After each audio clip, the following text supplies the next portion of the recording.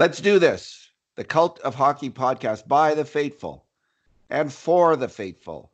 I'm David Staples of the Edmonton Journal, and I'm here tonight with Bruce McCurdy. Hey, Bruce. Hey, David. Never in doubt. Never for a second was it in doubt that the Dallas Stars were going to somehow win that game, which they fully deserved to win, and somehow lost. Bruce, that was was it the unlikeliest win of the year? I mean, there was one earlier in New Jersey or New York, against the Islanders maybe, where the Oilers were equally outplayed a couple times. Yeah, man, Dallas just seemed to be in Edmonton's end the whole game. Yeah. Every Oilers line got outplayed. Every D pairing got crushed. And the hero, there was a couple heroes. There was some heroic work on the PK, and there was a great overtime goal, of course, but the work that Mikko Koskinen did there. So, Bruce, this is our two good things, two bad things, and two numbers podcast. And because was somehow beyond all odds, amazingly, and an Oilers win, we're going to go with two good things each, because that is our custom. All right. Okay. What is your first good thing? Well, I mean, it's 2 goals to 1, 2 points to 1, 2 good things to 1 bad thing. That seems about right. I'm going to go with Ryan Nugent-Hopkins as good thing number 1. The Nuge popped a power play goal tonight on a good hard wrist shot that surprised Anton Hudobin, and then he made a wonderful rush to draw the penalty that set up the overtime power play, and then he made a pass on the power play itself to earn himself a tidy 2-point night in a 2-1 win, and up his recent scoring surge to now 38 points in 26 games. Almost 1.5 points per game he's been since they put that, what you call the dynamite line together. Yeah. And Nuge has himself been dynamite. I was thinking about it today a little bit and thinking the business about him being on wing, what it really seems to have done, it has freed him to think and concentrate more on the attack. And he was always at the center position, I think, preoccupied with being the in position, being the high man, being the F1 coming back over his own blue line. And now that he's not got that job, he has a lot of offensive skill, and we're really seeing it these last 2 months. And we saw just enough of it tonight on a night the Oilers had hardly anything going. But the Nuge managed to pop 2 points, and so did the Oilers. Do you think he intended that pass to Chiasson? Was he trying to get it to Chiasson? I thought he just kind of gave away the puck there, and the Dallas defender, I think it was Johns, overskated it, and then Chiasson gobbled up. I mean, he got an assist, but I don't think the assist. It was a broken play. Yeah, it was a broken play, like most of the game. Yeah, a broken game. Nuge was also fantastic on the PK. Mm-hmm. He really was. He just bearing down, and so the Oilers, Bruce, he's got just one more year on his contract after this one, right? Yep. So they could re-sign him in the summer, essentially. This July, yep. His price is going up, unfortunately. By the week. Well, it's fortunate and unfortunate. Yeah, good for the Nuge, bad for the salary cap. All right, now Bruce, they can pay him to be a winger and not a center, so maybe that'll put a capper on it. But anyway, that's he's been well paid for his 9 years that he's here now, and so hopefully there'll be some reasonable account. Yeah, unreal, eh? Next thing you know, he'll be growing a mustache.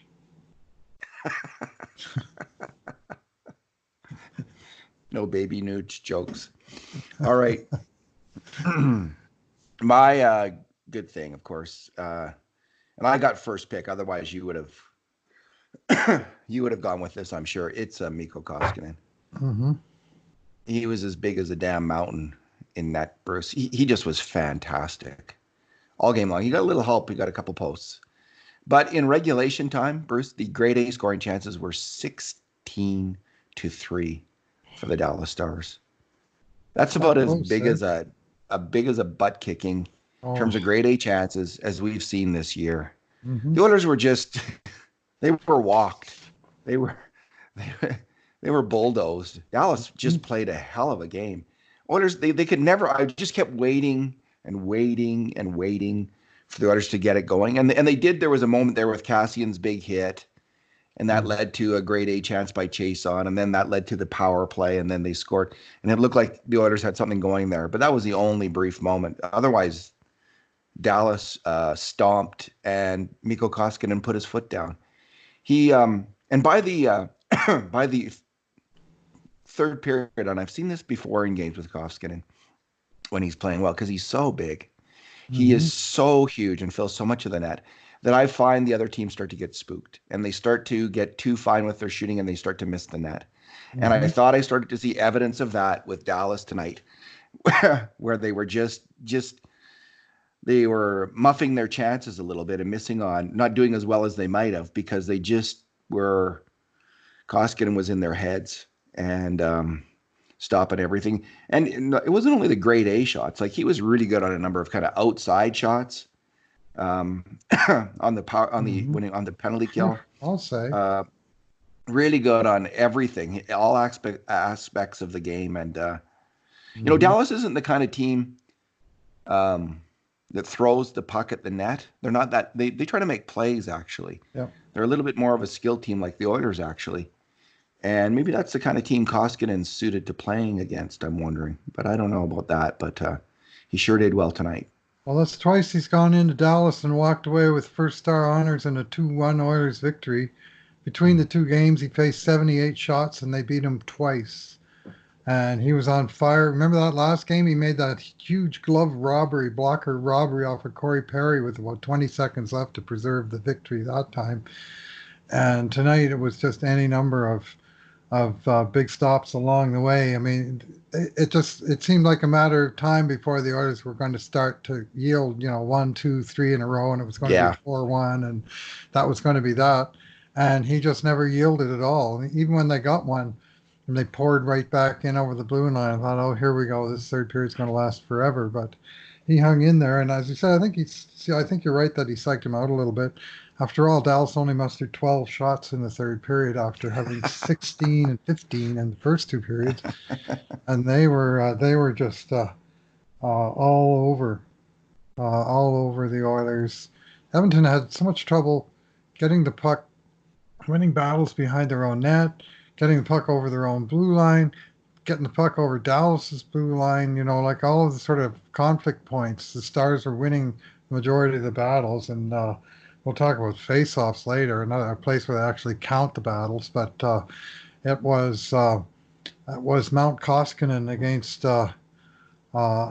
the Lone Star State tonight, and the immovable force wound up winning, or the irresistible object wound up winning. No, the immovable. How does that work? Yeah. Anyway, Don't worry about immovable it. We know object. what you mean, man. The immovable object won the game. The irresistible Yes, of force course. was resisted. Indeed. Wow, I Um, messed that one up. like Jujhar Khaira with the puck on his stick in his own zone. Mhm. Bruce, I think that was a hugely emotional high last night against Nashville, coming out and just stomping that team.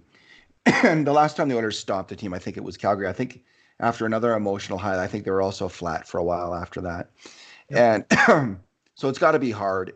And it's not like, it's almost to the point where I'm thinking, well, this Oilers team's so good that they could stomp a team like Nashville. Maybe they'll come in and do the same to Dallas. That was in the back of my mind. But the NHL, this isn't the NHL of the 1980s. And the teams are too close. There's too much parity. Even with the Oilers just taking I think a sizable step up in terms of their talent level, skill level this year, they're not going to have those moments where they just game after game after game against these really tough, nearly equal teams. Dallas, all kinds of really, really good hockey players. That Guryanov is a hell of a player. Man, Was he he's ever? fast. And so that's not going to happen. Is it my second good thing now? Well, we haven't done mine yet, but whichever order, doesn't matter. Oh, I just did Koskinen. All right, you do your Yeah. second. You do your second first. Okay. Well, I guess I'm going to have to go with the overtime hero, Alex Chiasson.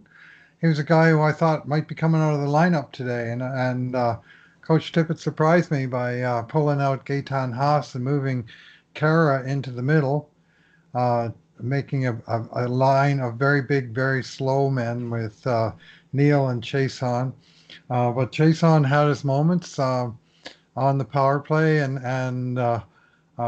he drew the penalty that led to the Nugent Hopkins, and that was on a great play, a great pass from Draisaitl to Chason, and he rang one off the post while getting tripped, and the ref called that one. And then even on the power play, Nugent's shot, part of the reason maybe that it succeeded was Chason was in his spot where it wasn't a perfect screen, but he was sort of creating a little bit of commotion around the blue paint. And Then, of course, in overtime, they go with the 4-on-3, four forwards, the big three and Chase on. Well, you could run that movie 30 times, and I think that Chase on might be the hero in one of them. But that happened to be tonight's movie, and he jumped on a bit of a overskate of the puck by Stephen Johns, and he sort of looked over, thought about passing to McDavid, and then just made the right decision to let her rip. And Dallas, I think, was probably expecting him to pass. And anyway, in the net she goes, and the big guy found a way um, to get the game won. So good on him. I mean, he's taken a lot of abuse this year from people who don't like his contract. But I kind of like the player. Like, there's things about him I don't like. Like, I don't think he's got very good coordination, but he's sure smart. Like, he gets into good places and he wins battles.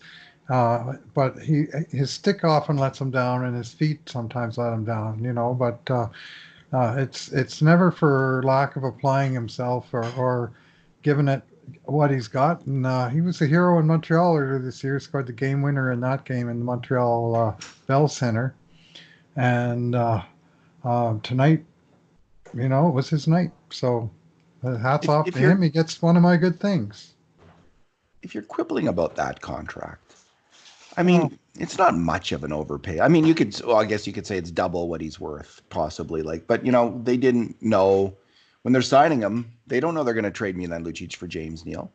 They have no idea that's going to happen.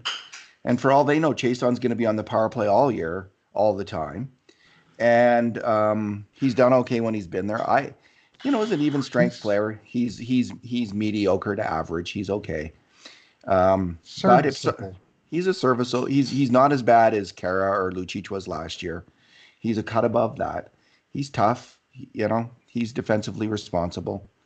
Knows for the net. So I mean, the funny thing, Bruce, is if we ran that 30 times, I think Hmm. I think Chason might be the hero more than once. But the hero in that way, Right. like it'd be 1 in 100, Yeah. because Beating a if goalie you're with a shot from the expecting who's slot. going to move in from the corner, wheel into the corner, into the slot, and beat the goalie, that's not his move. So I don't think I've ever seen him do that. So that was really surprising, and that was fantastic. So good for Alex Chason. Hmm. And he does have value on the power play. I ran some stats in game day post today showing the power play more successful with. I mean, Chason and Neil have kind of split the game, the net front role. Neil scored more goals, but the power play has had clicked at a higher rate with Chason than it has with Neil, and also been burned for fewer goals against with Chason than with Neil. And so he I mean, we see it game after game, David. How many goalie screens? I mean, I'm sure when you add them up at the end of the year, you're going to find Chase on number one with a bullet for effective goalie screens this year. And a lot of them, of course, will be on the power play, but that's his job and he does it well. I think he's a bit more diligent than Neil about just really focusing on the one role, being the net front guy. Hmm. Neil's more likely to roam a little bit. Where Hmm. Chase on, he's just always right there. He's always right there, and that might open up the seams for the other players, possibly allowing a little bit more success. Or I mean, there's in such small power play minutes too. It could the sample size is so small it could just be Well, luck. So we don't know. but it's. I mean, maybe the margins can be explained by luck, but he is part of the league's best power play, and he plays his part in that power play. Yes. It's not a puck handling role, but he does good work down low there, and he wins a lot of puck recoveries, and he heads right back to the blue paint and occupies a defenseman, and distracts the goalie, and that's what he does. And more The power to him. Holmstrom role. Yeah, Um, the Smitty role. yeah, the Smitty role. I'm thinking more of Thomas Holmstrom because he was more like one of those guys just completely dedicated to just doing that, not Mhm. doing anything else. Okay, my second good thing, Bruce, is Adam Larson and Chris Russell on the penalty kill. Mhm. And you could single out a lot of the players on the penalty kill. There was no shortage of players who did very well for the Oilers in that situation. But I thought Larson and Russell were absolutely stalwart, winning so many battles. Chris Russell is so smart on the PK, just darting here, there, winning battles, knowing when to engage, knowing when to back off. And Adam Larson, again, I just thought he had another game in beast mode. Thought he was the Oilers' best defenseman. It wasn't even close. And he's playing so well right now, and he was just a rock, absolute rock on the power penalty kill. And did I say power play earlier on the penalty kill? Yeah. And um, I love that one play where Jamie Benn tried to move into the slot, and Larson was sprawled on the ice and took the feet out from under him. That was a great Oh, play, knocking Ben on his keister. It's not like I dislike Jamie Benn that much. He's a really good player. It's not like he's Corey Perry or something like that, but that was still a very fun play to see. Bruce, let's move on to your bad thing. okay, I'm going to single out Mr. Referee. I never did take. I think probably it was Kendrick Nicholson, but it might have been Ian Walsh. When there's two of them, we'll just blame the crew for an absolutely, like, almost criminal penalty call on Adam Larson with 3 minutes left in the third period in a tie game for a body check along the end boards when everybody is banging and hammering away. And somehow this guy saw a phantom high stick that just never happened. It didn't even come close to happening. I saw it in real time and I was immediately just sort of, what did he do wrong? Like all he did was bang the guy into the boards. Like it's hockey. You're playing hockey, man. You can't be calling that 1-1 tie with 3 minutes left. Oh, I mean, thankfully the Oilers came up then with a great penalty kill. And, there wasn't even any sort of hectic moments around the net, which is probably just as well for my blood pressure, which was already shooting through the roof after that call. It's not acceptable. Like you see these games and they're just turning the other way at call after call. I mean, tonight, McDavid got a two-hander. Cogliano hammered Nugent Hopkins 15 feet from the puck that had gone by. Obvious interference penalty. They don't call that, and all of a sudden they pull this one out of their butts. Not good enough. Not I good can, enough. I can see it now, Bruce. Every clipboard in the McCurdy household was kind of sneaking off to the corner as quietly as they could.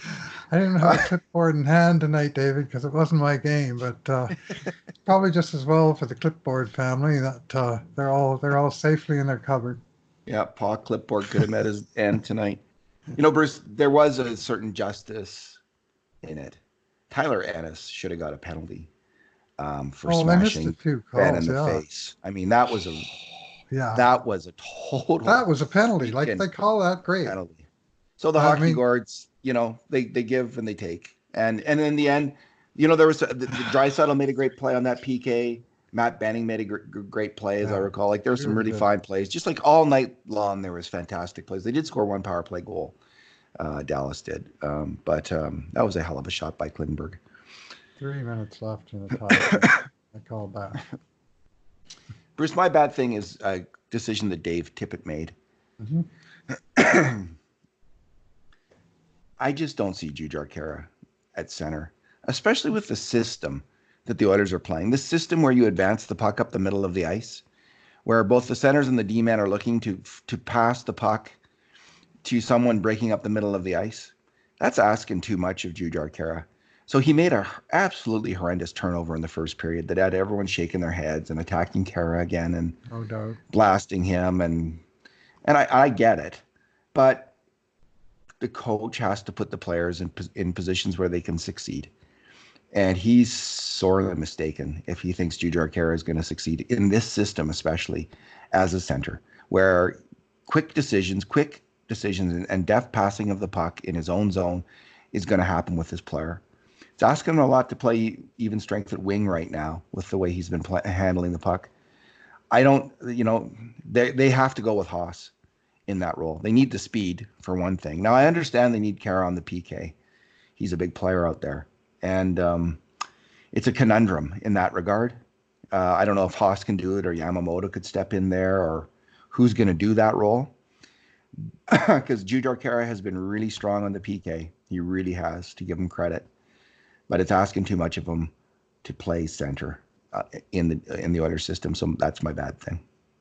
I guess I wanted to give them a look. They wanted to get Neil in. They didn't want to take any of the wingers out. So Haas drew the short straw. But yeah, it was pretty surprising. But I guess it's a good thing you didn't take Chason out, isn't it?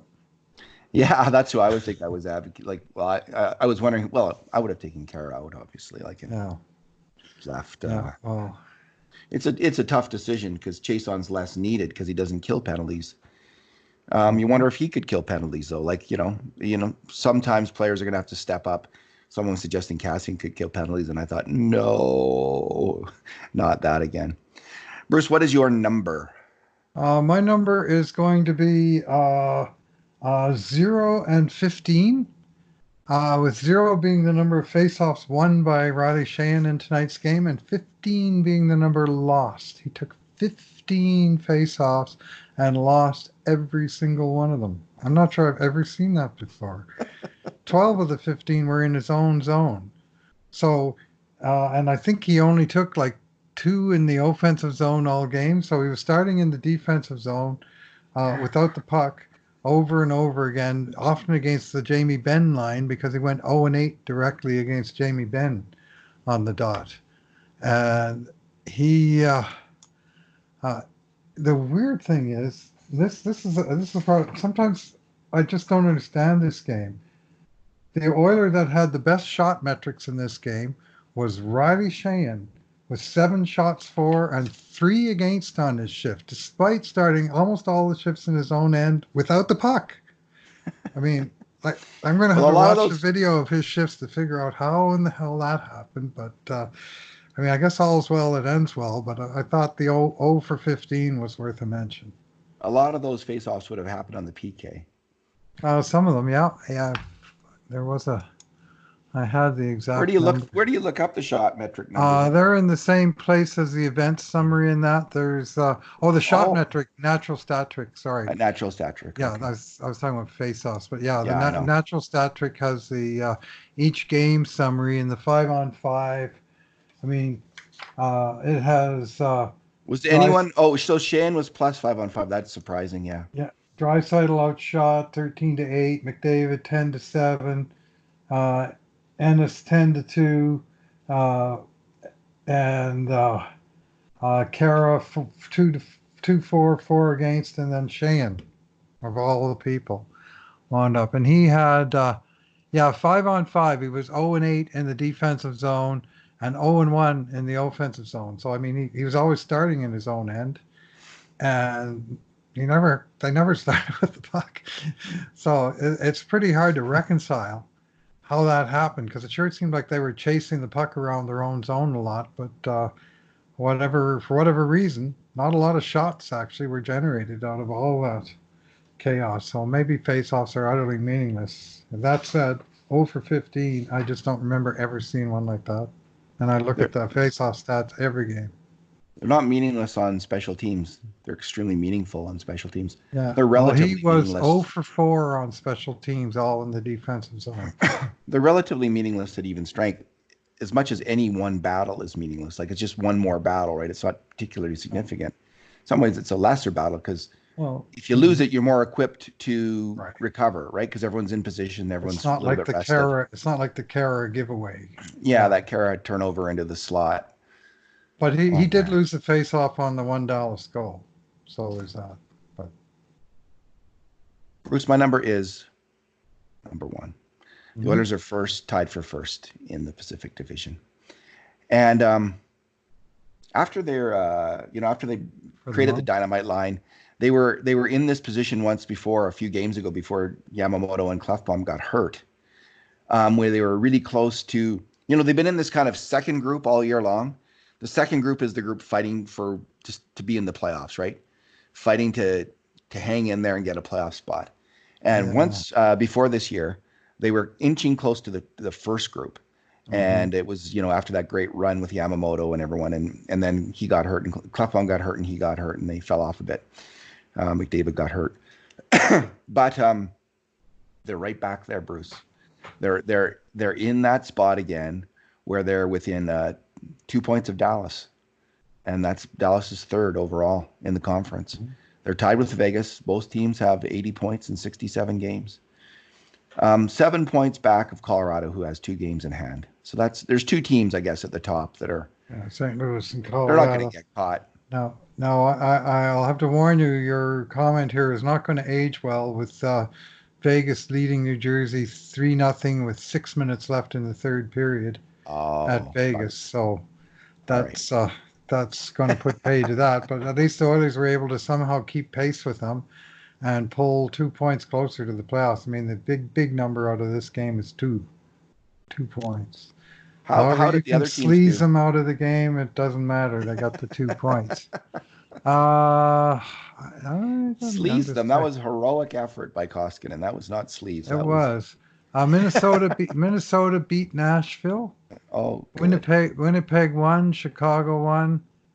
Edmonton won, and there was not much else in the Pacific Division. Calgary or Vancouver, they play tomorrow. So Nashville lost. Yeah, I think they might be in the rear view, as in permanently, because they are, the Oilers took 6 points off of them, and now they're running out of games to come back. Nashville, just let me look at the standings here. If it ever loads. There we go. They've got 72 points in 66 games. They're in 10th place. The Wild have 73 points in 66 games in 9th. Right. Winnipeg, 74 points in 68 games. Vancouver in 7th place, 74 points in 65 games. So it's all very close still. And Edmonton with 80 points in 67 games. So, Nashville's 8 points in arrears of Edmonton with, I know 20% of the season to play. It's doable, but it's less likely and becoming less likely. And on the other hand, Minnesota, because they took 6 points to 0 against Edmonton this year, they're hanging around a little bit, 1 point ahead of Nashville. But it's Edmonton's position is growing more secure by the day. It seems like I think it was Stauffer today was saying that one of the services that figures out playoff chances had them at 96%. Holy moly. Before today's game, and now with another win, that obviously has only improved their outlook. I mean, 80 points, David. There's 15 games to go, and anything over 90 is in pretty good spot. And I mean, 500 is. That's all they have to be is 500. 95, yeah. 95. They don't even have to have a winning record. That's fake 500. You can have a few Bettmans in there, and every once in a while you get that extra point in overtime like they did tonight, and it's so. If they stay healthy, Bruce, they're not going to finish with 95 points. They could get close to 100. They are a very strong hockey team right now. This is an excellent Edmonton Oilers team. They didn't look excellent tonight, but they managed to get the 2 points. But the mere fact they hung around in the game, maybe on a night they clearly didn't have it, and that somehow they managed to hang around. They got the goaltending. I mean, you could say almost it was random luck that they won, but they didn't get blown out like it looked like they should have. Goaltending matters. So, yeah, that's for sure. They had the better goalie tonight. Yes, they had the better goalie. And Hudobin, he made a couple of that save he made off of McDavid in overtime. Oh, that was something else. They kept showing the replay of the penalty, and I kept saying to my wife, "Look at that glove save by Hudobin! Holy moly, off McDavid, he saved the game." They're not talking about it. Anyway, he didn't save it for long. Next game Thursday? No. Next game Thursday? at Chicago. And they won Ooh. 3 straight against Central Division teams, and now they have one more stop to make on what will be a Ooh. successful road trip, no matter what happens. Tonight, Chicago whipped Anaheim 6-2, and they're just trying to hang around, but I They're think not, but they're out of it. 68 points in 66 yeah. games. It's just not there. But they're good enough to be. I mean, they beat Edmonton in Chicago earlier this year, and They'll be hungry. they'll be, yeah, they will. It won't be an easy game, and for the Oilers, it'll be the 4th and 6th or whatever. But get used to it. I mean, the 4 and 6 kind of is the way it's going to be all month. It's a good thing players are getting healthy. So hopefully we'll be seeing Clefbaum back fairly soon here.